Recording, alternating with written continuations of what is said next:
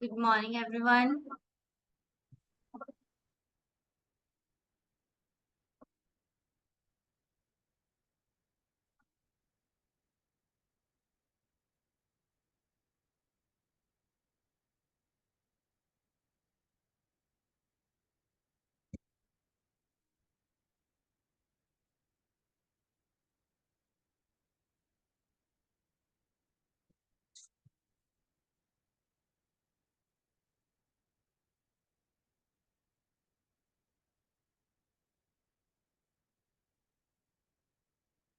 हाँ जी, screen is visible.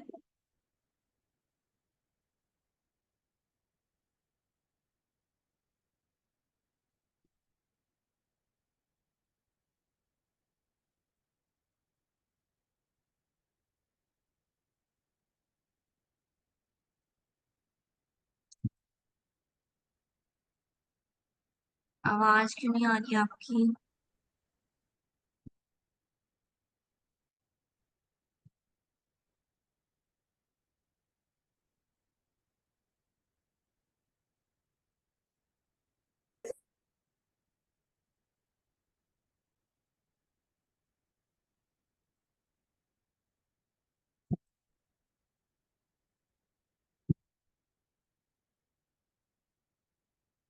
हाँ जी, एक बार भी बोलना।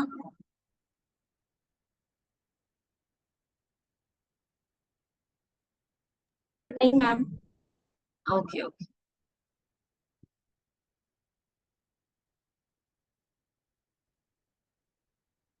हाँ जी, गुड मॉर्निंग एवरीवन।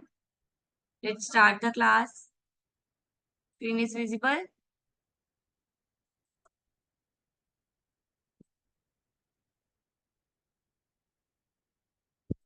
ओके, अब हम नेक्स्ट चैप्टर करने वाले हैं, chapter number 2, that is financial statements. हमने अब तक पढ़ा कि फाइनेंस को अरेंज कैसे करना है, मैनेज कैसे करना है। अब उसको मैनेज करने के लिए जो हमने डाटा बनाना है, जो रिपोर्टिंग करने के लिए पीरियोडिकली डाटा को सेट करने के लिए जो हम स्टेटमेंट्स बनाते हैं, यानी कि जहां पर हम रिकॉर्ड्स कर रखते हैं उसका, आज हम उसके बारे में सीखेंगे। ठीक है। देन फाइनेंशियल स्टेटमेंट क्या है? Are the end product of the accounting process which reveal the financial result of the specified period and the financial position as on particular date.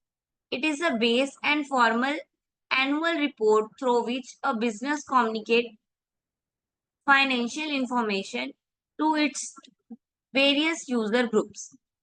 ठीक है। इनडायरेक्टली फाइनेंशियल स्टेटमेंट क्या है? एक and product है। ठीक है। यानी कि हम जब पूरे साल स्टेटमेंट को रिकॉर्ड करते रहते हैं, वो क्यों करते हैं? एंड रिजल्ट पाने के लिए ना, कि पूरे साल में हमें कितना प्रॉफिट हुआ, कितना लॉस हुआ, क्या हमारी फाइनेंशियल पोजीशन है। तो ये फाइनेंशियल स्टेटमेंट हमें यही दिखाती है at the end of the year, कि आपको कितना प्रॉफिट हुआ, कितना लॉस हुआ, आपकी फाइनेंशियल कंडीशन क्या है, फाइनेंशियल पोजीशन क्या है, आपकी गुडविल कितनी बनी है। ठीक है, जो कि हमें फर्दर फ्यूचर के लिए डिसीजन मेकिंग में हेल्प होता है। And which a business communicator financial information to its various users groups. और ये इंफॉर्मेशन किसके काम आती है? आगे यूजर्स को देने के लिए, यानी कि जो इन्वेस्टर्स हैं, जो शेयर होल्डर्स हैं, उनको उनको प्रोवाइड की जाती है ये इंफॉर्मेशन। अब नेचर कैसा होता है? रिकॉर्डेड फैक्ट्स होते हैं, यानी कि जो हमने पूरे साल में किया। ठीक है, जो भी इनवॉइस जनरेट हुए, जो भी सेल्स हुई, जो भी परचेज हुई, जो एक्सपेंस हुए, इनकम हुई, उन सबको क्या करना है? रिकॉर्ड करना है। तो इनडायरेक्टली फाइनेंशियल स्टेटमेंट का नेचर क्या है? सिर्फ रिकॉर्डेड फैक्ट्स। जिसका कोई सबूत नहीं है उसको हम रिकॉर्ड भी नहीं कर सकते। ठीक है। देन अकाउंटिंग कन्वेंशंस, कन्वेंशन हमें पढ़ी थी। कन्वेंशंस क्या होते हैं? Concept and conventions. हाँ जी, एनीवन?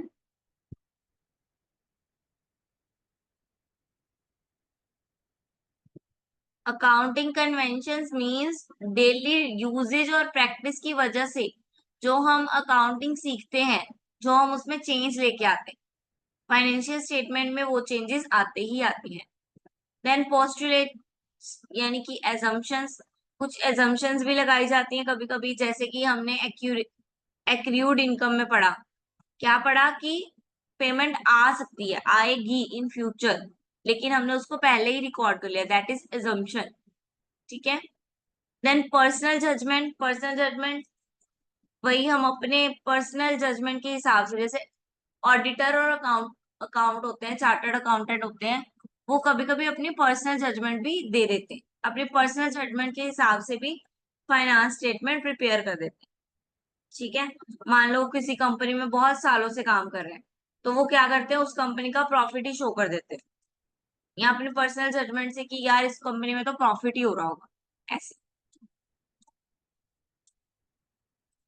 देन आ गया सोर्स। हम अब जो करने जा रहे हैं फाइनेंशियल स्टेटमेंट, वो कहाँ से स्टार्ट होती है? सबसे पहले सोर्स डॉक्यूमेंट, यानी कि हमारे पास इनवॉइसेस आते हैं कंपनीज के, कंपनी ने जो भी पैसा लगाया है, रिसिप्ट आती हैं, पेमेंट्स की रिसिप्ट आती हैं। ठीक है। और उसके बाद इनवॉइस जनरेट होते हैं, जो भी एसेट्स परचेज होती हैं उनकी इनवॉइसेस आते हैं। ठीक है। पहले हमारे पास सोर्स डॉक्यूमेंट होंगे कि हमने क्या क्या एंट्री की है, कहाँ कहाँ की है। देन हम उसका जर्नल बनाएंगे, जैसे हमने कल जर्नल बनाया था, आकाश रिसीव 10,000 फ्रॉम ऑनर इक्विटी, है ना, वो सारे वो जर्नल बनाएंगे हम। ठीक है। Cash to bank, cash to equity, वो वाले। देन लेजर अकाउंट बनाएंगे। लेजर अकाउंट क्या होगा? जर्नल का ही टी फॉर्म होएगा, यानी कि जर्नल में जो एंट्री डाली है उसी को ही लेजर में डालना है, लेकिन टी फॉर्म में। टी फॉर्म यानी कि वर्टिकल, दो कॉलम बना के, जैसे हम एसेट साइड और लाइबिलिटी साइड बनाते हैं ना बैलेंस शीट में, वैसे। देन ट्रायल बैलेंस बनेगा। देन फाइनेंशियल स्टेटमेंट प्रिपेयर की जाएगी। ट्रायल बैलेंस जहां से हमें प्रॉफिट एंड लॉस की पिक्चर शो होगी, फाइनेंशियल स्टेटमेंट यानी कि बैलेंस शीट। क्लियर है बेटा?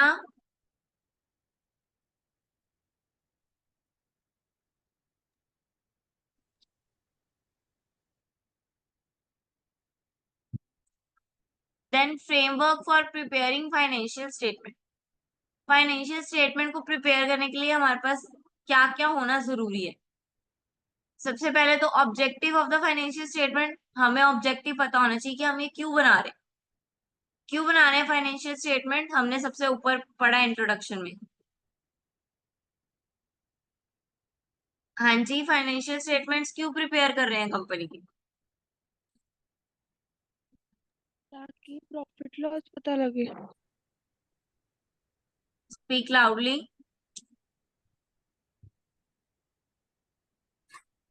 ताकि मैम प्रॉफिट एंड लॉस पता लगे कंपनी का।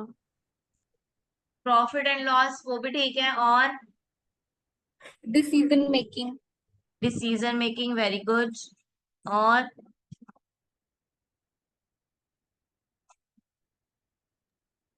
Systematic record. हाँ जी, सिस्टमेटिक रिकॉर्डिंग हो मेन हमें ऑब्जेक्ट कभी होता आगे। है कि फाइनेंशियल पोजीशन देखने के लिए, जैसे प्रॉफिट एंड लॉस बोला, फाइनेंशियल पोजीशन देखने के लिए, ताकि आगे के इन्वेस्टर्स को हम सजेस्ट कर सकें कि आप हमारी कंपनी में ही इन्वेस्ट करो। ठीक है। इन्वेस्टर्स के लिए प्रिपेयर करते हैं हम। Then qualitative characteristics of financial statement, हमें पता है हम इसमें हमेशा क्वांटिटेटिव चेक करते हैं, है ना, हमने देखा ना, हमने मॉनेटरी टर्म्स में ही लेना है डाटा, लेकिन इसके जो क्वालिटेटिव करेक्टरिस्टिक्स है उसको भी ध्यान में रखना है।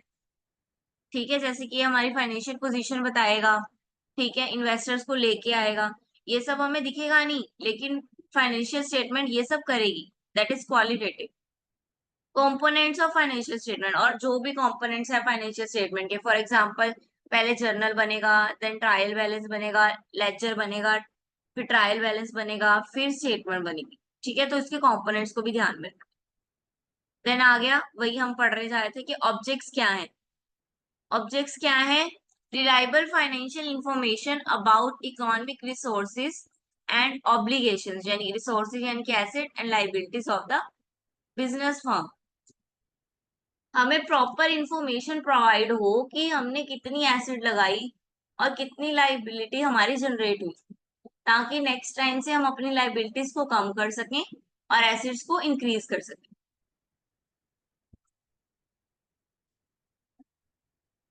Then to provide information about the earning capacity of the firm, जैसे कि हमने पढ़ा प्रॉफिट एंड लॉस, ठीक है, ये बताने के कि अर्निंग कैपेसिटी कितनी है हमारे फर्म की।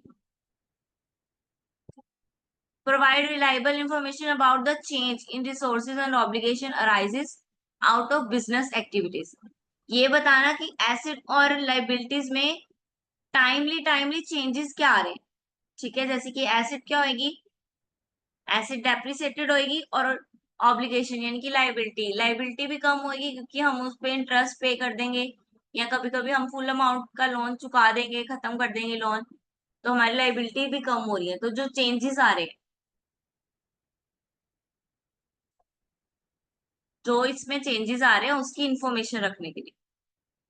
To disclose the various accounting policies followed in preparing the financial statement to its various users group, ठीक है, क्यों बनाते हैं, डिस्क्लोज करने के लिए। किनको डिस्क्लोज करना है हमें, हमें सारा डाटा डिस्क्लोज किनको करना है, हाँ जी, जो इन्वेस्टर्स होंगे। हाँ जी, हमारे इन्वेस्टर्स, शेयर होल्डर, क्रेडिटर्स। हमें लोन भी कैसे मिलेगा, हमारी फाइनेंशियल पोजीशन देख के ही मिलेगा। कंपनी का लोन कभी भी किसी पर्सन को नहीं मिलता, कंपनी का लोन कंपनी को ही मिलता है और कंपनी के नेम पे ही मिलता है। तो कंपनी की पोजीशन ही डिसाइड करती है कि उसको कितना लोन मिल सकता है, ठीक है, तो डिस्क्लोज करना पड़ता है हमें उन्हें सब कुछ। Disclose the extent position other related information to financial statement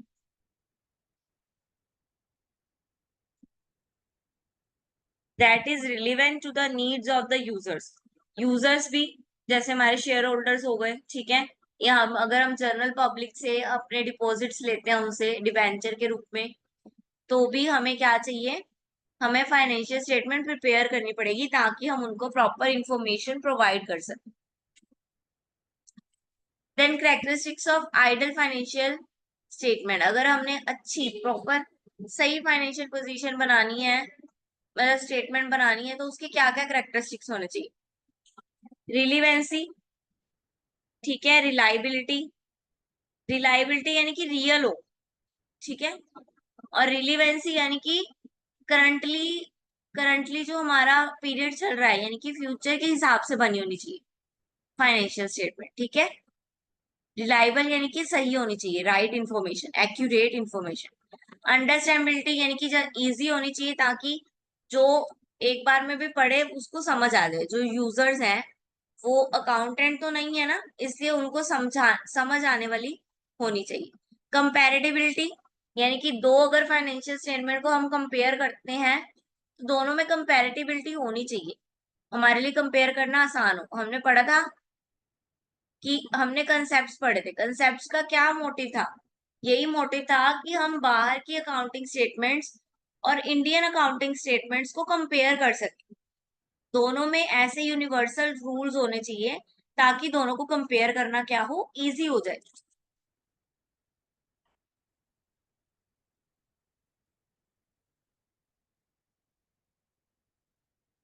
then importance, ये किन के लिए इंपॉर्टेंट है, इंपॉर्टेंस टू मैनेजमेंट, हाँ जी, मैनेजमेंट के लिए कैसे इंपॉर्टेंट है,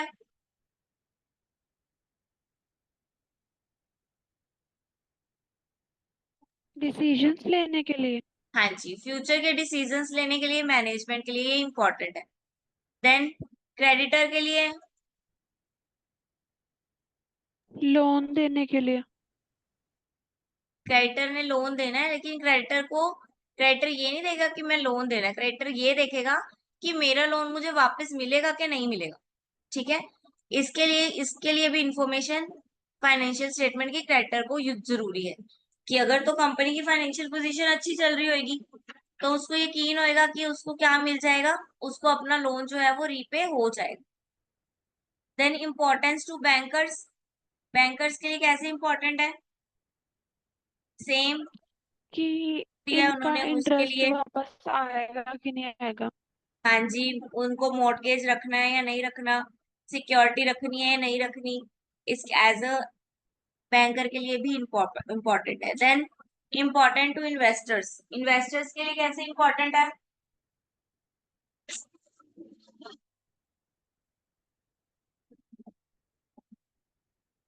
इन्वेस्टर्स के लिए कैसे इम्पोर्टेंट है? फाइनेंशियल पोजीशन देखेंगे कि हमें इन्वेस्ट करना चाहिए कि नहीं। हाँ जी, उनको इन्वेस्ट करना है या नहीं करना है, ये उनको फाइनेंशियल स्टेटमेंट से ही पता चलेगा। Important to government, ma'am tax के लिए। हाँ जी, उन्होंने टैक्स लगाना होता है तो उनके लिए भी इम्पोर्टेंट है कि एक कंपनी कितना टैक्स दे सकती है, टैक्स इम्पोज करने के लिए। लिमिटेशन ऑफ फाइनेंशियल स्टेटमेंट, अब क्या क्या लिमिटेशन है? प्रोवाइड ओनली इंटरियम रिपोर्ट्स, यानी कि सिर्फ इंटरनल डाटा ही हमें ये प्रोवाइड करती है, मतलब प्रॉपर डाटा नहीं होता, सिर्फ मॉनिटरी टर्म्स ही होती हैं। एग्रीगेट इंफॉर्मेशन, सारी इंफॉर्मेशन दे देती है इंटरनल की, जो नहीं भी चाहिए होती वो भी दे देती है। ठीक है। नो क्वालिटेटिव इंफॉर्मेशन, क्वालिटेटिव हमने पढ़ा था कि इसमें सिर्फ मॉनिटरी टर्म ही यूज की जाती है, तो क्वालिटी का तो सवाल ही नहीं आता। ठीक है, तो इसमें क्वालिटी इंफॉर्मेशन नहीं होती है। पर्सनल बायसनेस हो जाती है कभी कभी, जो ऑडिटर होते हैं, जो चार्टर्ड अकाउंटेंट होते हैं, वो अपने पर्सनल डिसीजंस ले लेते हैं कंपनी को लेके। हिस्टोरिकल कॉस्ट, हमने पढ़ा था कि एसिड जो है किस पे रिकॉर्ड करते हैं हम? कॉस्ट वैल्यू पे। ठीक है, एसिड जो रिकॉर्ड किए जाते हैं कॉस्ट वैल्यू पे, यानी कि उनकी कॉस्ट पे, जितने पे उन्होंने खरीदा है। लेकिन टाइमली जो एसिड्स की वैल्यू है वो क्या होगी? एसिड्स की वैल्यू डेप्रिशिएट। डेप्रिशिएटेड होगी। हम भी कुछ खरीदते हैं, हम भी अगर मोबाइल खरीदते हैं, स्कूटी खरीदते हैं, दैट इज एसिड्स। ठीक है, लेकिन अगले ही दिन अगर हम उसको वापस रिटर्न करने जाएं तो हमें क्या बोला जाएगा कि आपकी स्कूटरी या मोबाइल की वैल्यू कम हो गई है। क्यों कम हो गई है? क्योंकि आपने एक दिन उसको यूज किया है। लेकिन ये क्या बोल रहे हैं कि हमारी फाइनेंशियल स्टेटमेंट में जो डाटा होता है वो किस बेस पे लिया जाता है? हिस्टोरिकल कॉस्ट पे, यानी कि पुराने पे बेस होता है। देन आगे कंपोनेंट, कंपोनेंट्स क्या हैं, क्या क्या हम इसमें प्रिपेयर करते हैं? इनकम स्टेटमेंट प्रिपेयर की जाती है। इनकम स्टेटमेंट में 3 अकाउंट बनते हैं, manufacturing account, trading account and profit and loss account. Then statement of financial position, यानी कि बैलेंस शीट। अब पहले हम पढ़ेंगे मैन्युफैक्चरिंग अकाउंट क्या होता है। मैन्युफैक्चरिंग अकाउंट क्या होता है? These concern which convert the raw material into financial final goods are required to find out the cost of the goods manufactured besides gross and net profit of the concern। ये हमें क्या बताती है? ये सिर्फ इतना बताती है कि हमने कितने रॉ मटेरियल को फाइनल गुड में कन्वर्ट कर दिया है। ठीक है, यानी कि हमारे पास final cost of good sold कितना आ गया, कितना मटेरियल हमने प्रिपेयर कर लिया है रॉ डाटा से। ये सिर्फ इसकी इंफॉर्मेशन देती है हमें। ठीक है, प्रॉफिट और लॉस से, ग्रॉस प्रॉफिट से, नेट प्रॉफिट से इसका कोई भी कंसर्न नहीं है। These are manufacturing cum trading concern. In order to have full information about the cost of good manufacturing, the concern firstly prepare manufacturing account and then prepare trading and profit and loss account. ठीक है, अगर किसी company को profit तक पहुंचना है तो सबसे पहले उसको ये पता होना चाहिए ना कि गुड्स कितनी है हमारे पास। हमारे पास पता होगा कि गुड्स कितनी है तभी हम उसको सेल करेंगे ना। देन पहले मैन्युफैक्चरिंग अकाउंट बनता है, जिससे हमें ये पता चलता है कि हमारी कंपनी के पास गुड्स कितनी है, कितनी गुड प्रिपेयर की गई हैं। देन फिर उसको हम ट्रेडिंग और प्रॉफिट एंड लॉस अकाउंट में डालते हैं। ऑब्जेक्टिव क्या होते हैं इसके? फिनिश गुड तक पहुंचना, कि फिनिश गुड क्या है वो प्रोड्यूस करना। Constituent items where of such as cost of material consume. ठीक है, हमने ये आइटम का ध्यान रखना कि कितना कंज्यूम हो चुका है मटेरियल। ठीक है, productive wages, direct and indirect expenses, जो भी हमें गुड्स को प्रोड्यूस करने में ऑपरेटिंग कॉस्ट आ रही है, यानी कि डे टू डे कॉस्ट आ रही है, उसका सारा रिकॉर्ड रखना।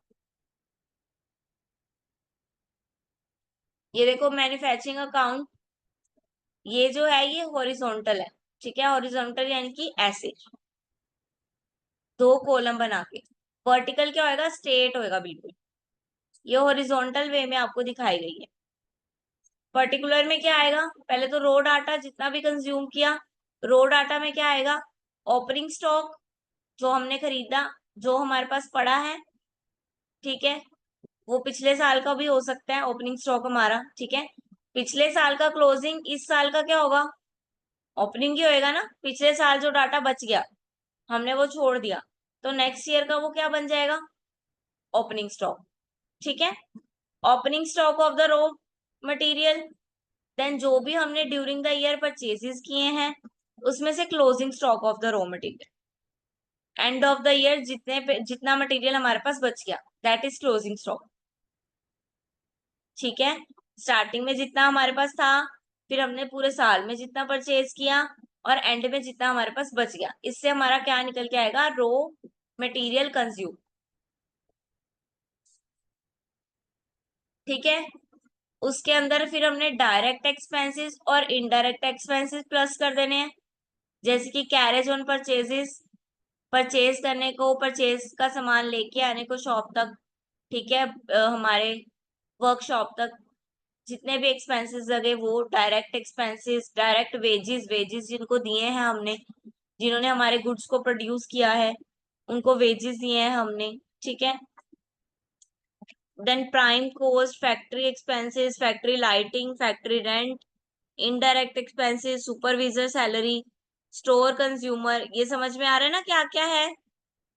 फैक्ट्री का रेंट, फैक्ट्री का लाइट यानी कि इलेक्ट्रिसिटी, फिर सुपरवाइज जो कर रहा है उसको सैलरी दी। इनडायरेक्ट एक्सपेंसेस यानी कि अगर copy pen pencil stationery use हो रही है वो सब। स्टोर कंज्यूम्ड, स्टोर में रखने के लिए जो जो हमारे खर्चे हो रहे हैं वो सब। Work in progress, work in progress क्या होगा, beginning less closing work in progress. Sales of scraps, scraps क्या होते हैं, स्क्रैप, स्क्रैप क्या होता है, बीकॉम की है, बीबीए की है, स्क्रैप क्या होता है, एनीवन। जब फिनिश गुड प्रिपेयर करने के बाद जो वेस्ट बच जाता है उसे वो करते हैं। हाँ जी, जो वेस्ट बचा उसको भी जब हम सेल करके पैसे कमा लेते हैं वो होता है स्क्रैप। वेस्ट होता है स्क्रैप और सेल ऑफ स्क्रैप। जैसे कि हमने न्यूज़पेपर लेते हैं, हम घर पे न्यूज़पेपर पढ़ते हैं, वो हमारा यूज है उसका। देन हम उस न्यूज़पेपर को क्या कर देते हैं, रद्दी के भाव बेच देते हैं, बेच देते हैं ना रद्दी में। तो वो क्या हुआ, हमने सेल ऑफ स्क्रैप किया, हमारा वेस्ट मटेरियल था अब फाइन न्यूज़पेपर, तो हमने उसको सेल कर दिया, उससे भी प्रॉफिट अर्न कर लिया। ये वर्क इन प्रोग्रेस निकालने का तरीका है, ठीक है। बिगिनिंग में वर्क इन प्रोग्रेस दिया होगा वो उसमें से माइनस कर देना क्लोजिंग वर्क इन प्रोग्रेस, और सेल्स ऑफ स्क्रैप माइनस कर देना। तो इन सब ट्रांजेक्शन के बाद हमारे पास निकल के क्या आएगा, कॉस्ट ऑफ गुड सोल्ड, जो कि ट्रेडिंग अकाउंट में ट्रांसफर होएगा, ठीक है। अगर तो प्रॉफिट होएगा तो इधर, अगर लॉस होएगा तो वापस इधर डेबिट साइड। लॉस होएगा तो यहाँ आएगा, प्रॉफिट होएगा तो यहाँ आएगा। Then trading account, trading account भी दो तरह से बनेंगे, हॉरिजॉन्टल और वर्टिकल। हॉरिजॉन्टल अकाउंट क्या होता है, in a form of T form. ये जो हमने पढ़ा that is horizontal, T form में है ना, ये देखो ऐसे और ऐसे, टी फॉर्म में हो गया ना ये। तो हॉरिजॉन्टल डाटा क्या होता है, जो टी फॉर्म में होता है। ट्रेडिंग अकाउंट जो है वो prepare in the format of ledger account having two sides, debit sides and credit side. ये देखो, ये आ गया ट्रेडिंग अकाउंट का हॉरिजॉन्टल फॉर्म। अब इसमें क्या लेना है हमने, ओपनिंग स्टॉक परचेज, ये इन्होंने जो है हमें मैन्युफैक्चरिंग अकाउंट भी इसी में ही शो कर दिया, ठीक है। ट्रेडिंग में क्या आएगा, ट्रेडिंग में आएगा हमारा जो हमने इम्प्लॉय, जो तो हमने वेजेस किसको दिए हैं, इम्प्लॉयज को। अब देन हमारी कंपनी में मैनेजर्स हैं, अब जो मैनेजर यानी कि ऑफिस के स्टाफ को जो पैसे दे रहे हैं, वो था फैक्ट्री के स्टाफ को जो दे रहे हैं। अब ऑफिस में जो हमारे एक्सपेंसेस लग रहे हैं वो किस में आएंगे, वो ट्रेडिंग में आएंगे सारे, ठीक है। जैसे कि वेजेस दिया, सैलरीज दी, then gas fuel power wet mortgage excise duty import duty. Then हमारे दूसरी साइड क्या आ गया, सेल्स आ गई, ठीक है। क्लोजिंग स्टॉक आ गया, ठीक है। अगर तो इसमें हमें प्रॉफिट होएगा तो हम कहाँ दिखाएंगे, यहाँ दिखाएंगे डेबिट साइड। प्रॉफिट कहाँ दिखाना है, ये रहा ग्रॉस प्रॉफिट। और अगर लॉस हुआ तो कहाँ दिखाना है, ये रहा ग्रॉस लॉस, जो कि हमने आगे ट्रांसफर करना है अपनी बैलेंस शीट में, sorry profit and loss account. अब वर्टिकल फॉर्म में, वर्टिकल फॉर्म क्या है हमारी, in a vertical order it is a form of a statement which are shown below. देखो एक ही लाइन में सीधी, वन लाइन में, ये रहा डेबिट ये रहा क्रेडिट, एक ही लाइन में सारी इंफॉर्मेशन डाल देनी है। Sales, cost of good sales less closing gross profit. दोनों में फर्क पता चला, टी फॉर्म में और हॉरिजॉन्टल और वर्टिकल में। वर्टिकल में एक स्ट्रेट लाइन होगी, उसी लाइन में सारा कुछ डाटा लिखना होगा। देन आ गया loss, profit and loss account. Profit and loss account क्या कह रहा है, according to R and Carter, a profit and loss account is an account into which all gains and losses are collected in order to ascertain the excess of gains over the losses or vice versa। Profit and loss account हम क्यों बना रहे हैं, ताकि हम सारे gains और सारे लॉसेस को कलेक्ट कर सके, कि हमें मैन्युफैक्चरिंग में क्या हुआ है, लॉस हुआ है या प्रॉफिट हुआ है, प्रॉफिट हुआ है, ट्रेडिंग में क्या हुआ है, लॉस हुआ है या प्रॉफिट हुआ है। सारे प्रॉफिट और लॉस को इकट्ठा करने के लिए हम क्या बना रहे हैं, प्रॉफिट एंड लॉस स्टेटमेंट बना, ठीक है। नेट प्रॉफिट कैसे निकलेगा, operating profit minus non operating expenses plus non operating income. Operating एक प्रॉफिट, ठीक है, यानी कि डेली के बेसिस पे जो भी प्रॉफिट हुआ हमें उसमें से एक्सपेंस माइनस कर दो और जो भी इनकम्स हैं वो ऐड कर दो। ये आ गया vertical form, sorry horizontal form. देखो ट्रेडिंग का लॉस इधर आया, ट्रेडिंग का प्रॉफिट इधर आया, जो हमने पढ़ा था ऊपर, लॉस होएगा तो इधर ऑपोजिट चला जाता है। ट्रेडिंग में देखो दिखाया कहाँ था, ट्रेडिंग में लॉस इधर दिखाया था, तो ये लॉस उठ के कहाँ आ जाएगा, प्रॉफिट के इस साइड आ जाएगा, प्रॉफिट एंड लॉस अकाउंट के। और अगर प्रॉफिट होएगा तो प्रॉफिट एंड लॉस अकाउंट के इस साइड आ जाएगा, ऑपोजिट जाएंगे दोनों। इधर लॉस है तो इधर ट्रांसफर होएगा, इधर प्रॉफिट है तो इधर ट्रांसफर होएगा नेक्स्ट अकाउंट में, ठीक है। जैसे उसका लॉस इधर साइड पे था ना, अब लॉस जो ट्रांसफर होके कहाँ आएगा, लॉस ट्रांसफर होके इस साइड आ गया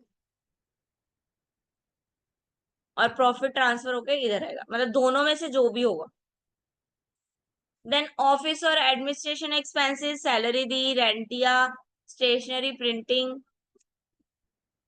postage lighting insurance premium telephone legal audit fees travelling expenses establishment expenses trade expenses general expenses, ये सब आपको दिए होंगे, आपने सिर्फ एंट्री डालनी है। आपको लिखा होगा पोस्टेज एंड टेलीग्राम एक्सपेंसेस ₹2000, तो आपको पता होना चाहिए कि ये कहाँ जाएंगे, प्रॉफिट एंड लॉस में जाएंगे, ट्रेडिंग में जाएंगे, कहाँ जाएंगे, ठीक है। देन अगर हम कोई डिस्काउंट दे रहे हैं, डिस्काउंट हमें रिसीव हुआ है, कमीशन रिसीव हुई है, ये होता है ना credit side what comes in, तो जो भी हमें रिसीव हुआ है, बैड डेट रिकवर हुए हैं हमारे, सेल्स ऑफ स्क्रैप होने पे हमें जो इनकम हो गई वो, इंटरेस्ट ऑन ड्राइंग जो मिल रहे हैं हमें, जो कैपिटल लेके आ रहे हैं, वो सब। क्लियर है बेटा प्रॉफिट एंड लॉस तक के accounts?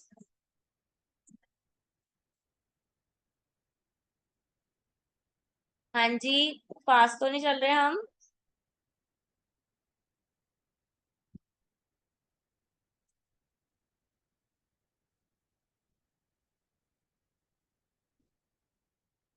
Then meaning and features of profit and loss appropriate account.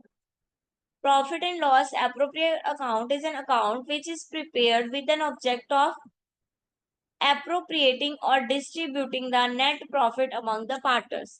Appropriate account किसके लिए? Profit and loss account profit check करने के लिए, और profit and loss appropriate account जो भी प्रॉफिट हुआ है उसको हमें जो पार्टनर्स हैं उनको देने के लिए, उनको डिस्ट्रीब्यूट करने के लिए हम क्या बनाते हैं? Profit and loss appropriate account. Features क्या है इसके? It is prepare after the preparation of profit and loss account. Profit and loss account से बाद क्यों ही बनाया जाता है?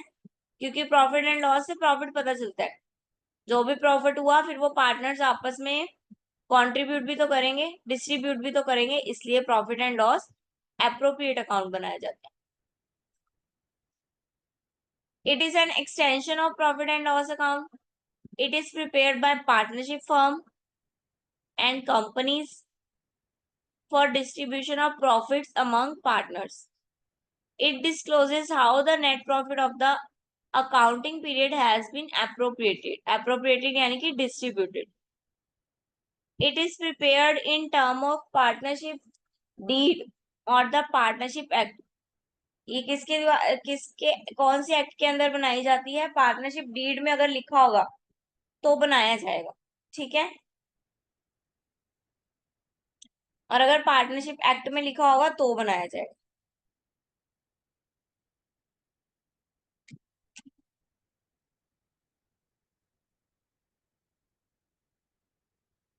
अब profit and loss appropriate account बनाए। एप्रोप्रिएट में क्या होता है? अब नेट प्रॉफिट, देखो प्रॉफिट एंड लॉस अकाउंट का नेट प्रॉफिट कहाँ है? नेट लॉस इधर आया है और नेट प्रॉफिट इधर आया है, ठीक है। इधर नेट प्रॉफिट आएगा, ये नीचे दिया हुआ है, दिख नहीं रहा, ठीक है। नेट प्रॉफिट इधर आएगा, नेट लॉस इधर आएगा।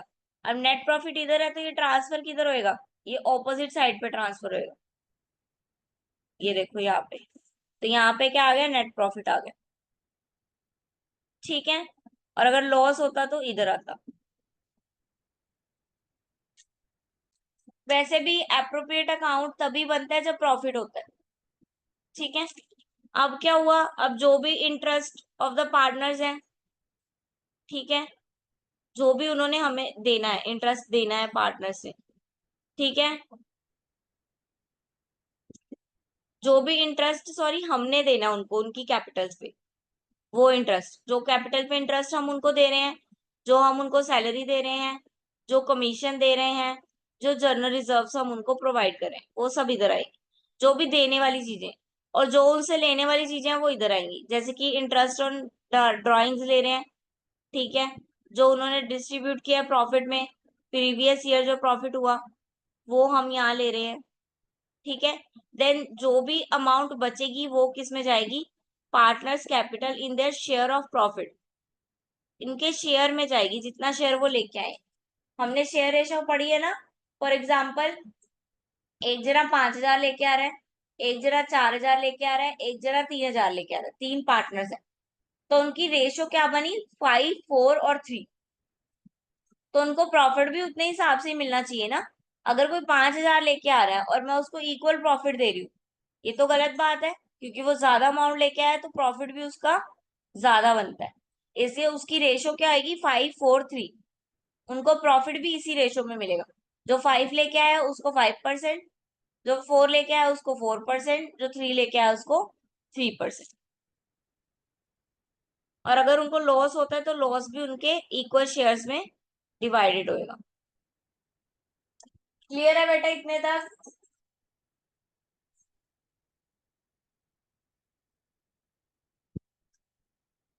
हाँ जी, लास्ट 3 मिनट्स हम रिवीजन करेंगे, फटाफट बताना, ठीक है। What is manufacturing account? Manufacturing में क्या पढ़ा? मैन्युफैक्चरिंग में क्या रिकॉर्ड किया जाता है? रॉ मटेरियल से फिनिश गुड करने में हमें कितने गुड्स लिए और मतलब कितनी कॉस्ट पे लिए, वो सब इस पे वो करते हाँ हैं जी, यानी रिकॉर्ड। कि फैक्ट्री का मटेरियल, फैक्ट्री में जो भी हो रहा है वो सब हम मैन्युफैक्चरिंग में डालेंगे, यानी कि फैक्ट्री के एक्सपेंस, लाइटिंग, फैक्ट्री होगी बस। ट्रेडिंग में क्या आना है? ट्रेडिंग में कौन सा अकाउंट, ट्रेडिंग में किस चीज का रिकॉर्ड होता है? यानी कि ऑफिस में जो काम किया, दैट इज ट्रेडिंग, ठीक है। देन प्रॉफिट एंड लॉस में जो भी मैनेजमेंट, क्या मैनेजर्स को सैलरीज मिल रही हैं, वेजेस मिल रहे हैं, ऑफिसेज में जो भी रेंट लग रहे हैं, जो भी स्टेशनरी यूज हो रही है, लाइट यूज हो रही है, वो सब कहाँ आएंगे? प्रॉफिट एंड लॉस अकाउंट में। Then profit and loss appropriate account, ये क्यों बनाते हैं?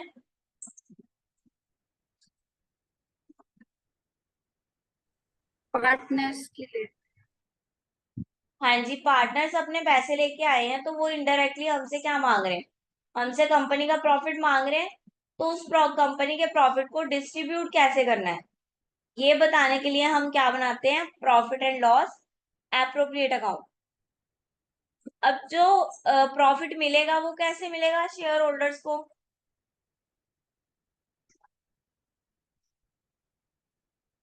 शेयर होल्डर्स को जो प्रॉफिट मिलना है वो कैसे मिलना है? उनकी रेशियो के अकॉर्डिंग। उनकी रेशो के अकॉर्डिंग, जितनी वो कैपिटल लेके आ रहे हैं उनके कैपिटल के अकॉर्डिंग, ठीक है। जो 5,000 लेके आ रहा है उसको 5,000 के हिसाब से प्रॉफिट मिलेगा, जो 4,000 लेके आ रहा है उसको 4,000 के हिसाब से, और जो 3,000 लेके आ रहा है उसको 3,000 के हिसाब से।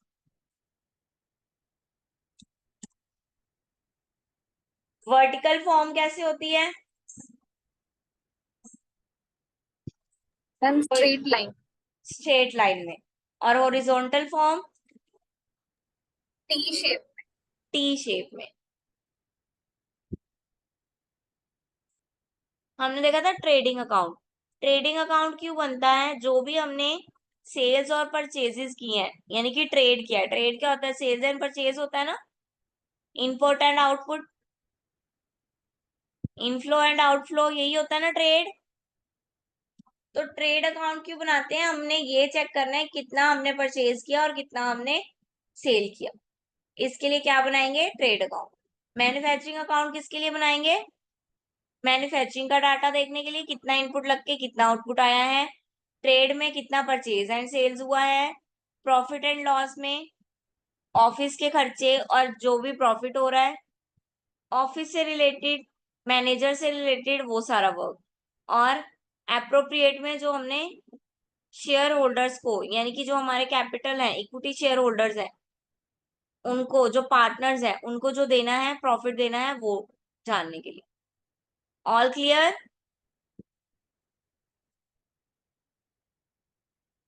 हाँ जी yes ma'am. Everyone, have you any doubt? Ma'am इसमें